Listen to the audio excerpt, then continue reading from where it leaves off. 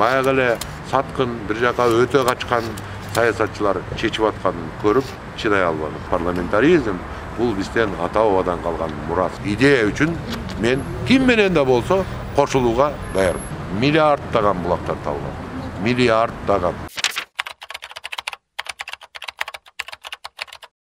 Жок, бул чечимге бул кандайдыр бир мен ушул 20-30 жылдан бери келатсам керек деп ойлодум да. Анткени көптөгөн ошол прогрессивдүү күчтөр катары эчтеке киригишпей эле коелу, атыбыз деле бар, даңкыбыз деле бар, кылган жумушубуз деле бар, жөн эле жылуу жумшак жата берели деген ойда болгон жок деп айта албайм. Бирок бүгүнкү күндө эмне болуп жатканын көрүп туруп, дагы деле менин турмушумду, элдин турмушун баягы эле саткын бир жака өтө качкан саясатчылар чечип атканын көрүп чыдай албадым. Качанкыга чейин биз ушинтип жашай беребиз? Качанкыга чейин биз идеяларыбызды кол каптай алмашып, кечеөрүнө парламентаризм деген депутаттар, кечеөрүнө парламентаризм деген саясатчылар бүгүн кайта эле президенттик башкаруу болот деген лидердин артынан тез эле ээрчип кеткенин көрүп жаным кейди.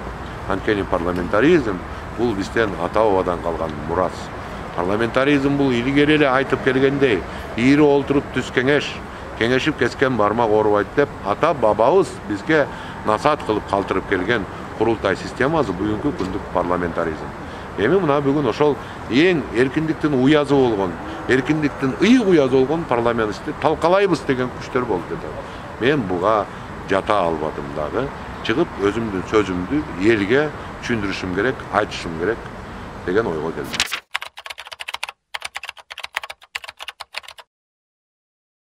Каржы маселеси албетте азыркы бийликке тургандагыдай чоң менде мүмкүнчүлүк жок. Алардын кийген кийиминен деле байкаса болот, аларда кандай каржы маселеси жакшы чечилип жатканын. Бизде андай мүмкүнчүлүк жок. Бирок мендеги мүмкүнчүлүк кыргыз эли бар. Кыргыздын басып өткөн жолу бар, тарыхы бар, ар намысы бар, кылган эмгекти, кылган акыйкат үчүн, чындык үчүн күрөшүп келген негиздүү жолду көргөн кыргыздар ээрчит деген оюм бар.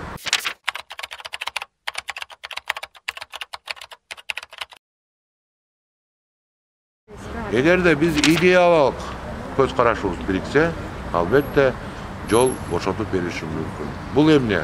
Бул парламентаризм, бул 1% партиялык шайлоо, бул көз каранды сот жана соттогу негиздүү реформа жана билим. Биз Кыргызстанда эң сыймыктуу, эң аздектүү, эң урматтап кадырлаган профессия адистик бул мугалим болуш керек. Эгерде бардыгы төп келсе, анда мен кызмат үчүн жүргөн адам эмесмин. Мен өмүрүм идея үчүн жүргөн адаммын. Анда эмнеге болбосун? Бүгүн Садырды лидер катары көпчүлүк колдоп турат. Садыр бүгүн элдин сүймөнчүгүнө ээ. Садырдын айткан сөздөрү мүмкүн басымдуу болуп турат. Эмнеге болбосун? Бирок кызмат үчүн, бийлик үчүн, каражат үчүн эч качан бир гана идея үчүн мен ким менен да болсо кошулууга даярмын.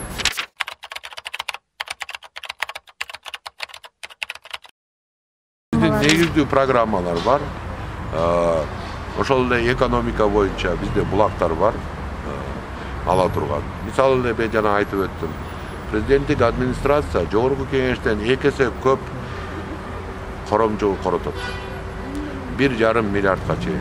Мынча акчанын эмне кереги бар президенттик? Аны 4 эсе кыскартса болот. Ошондой булактарды кереги жок чиновниктер институттун биз кыскарта турган болсок, миллиарддаган булактар табылат. Миллиарддаган булактар табылат. Ошол менен Кытайдын карызынан чыгуу, ошол менен эгерде биз бизнесмендерге, биз чакан орто бизнеске соттун калыстыгы аркылуу шарт түзүп бере турган болсок, алардын жылт эткен дүйнөсүн басып алуу, алардын кылган иштерин тартып алуу, иштерин токтотуп сот аркылуу токтото турган болсок, биздин Кыргызстан инвестицияга ыңгайлуу өлкөгө айланат. Инвестицияга ыңгайлуу өлкөгө айланат. Мына ошондо экономика өсөт, гүлдөйт.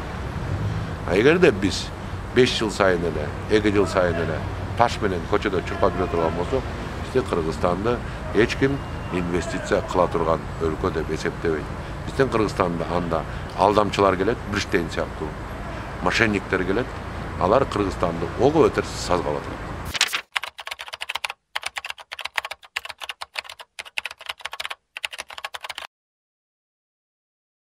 Ооба, Видикке барыш керек экен. Мына дагы эле көрүп атасыз. Албетте, ал өзүнөн өзү көтөрүлө турган, ал айтпаса дагы көтөрүлө турган багыт болот. Ал маданиятты биз акча менен эмес биринчи кезекте. Мына билесизби, кыргыз кинематографиясына, казак кинематографиясынан 100 эзе аз акча бөлүнөт. Бирок кече казак президенти Токаев кыргыз кинематографистерине суктанды.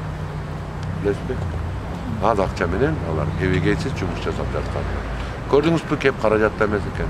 Кеп кадыр менен көңүлдө, кеп менеджерлик иш алып барууда.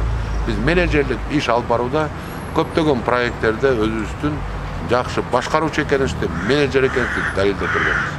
Мына ошол жумуш менен эле маданият көтөрүлүп, зоболосу артып, өркүндөйт. Буюрса.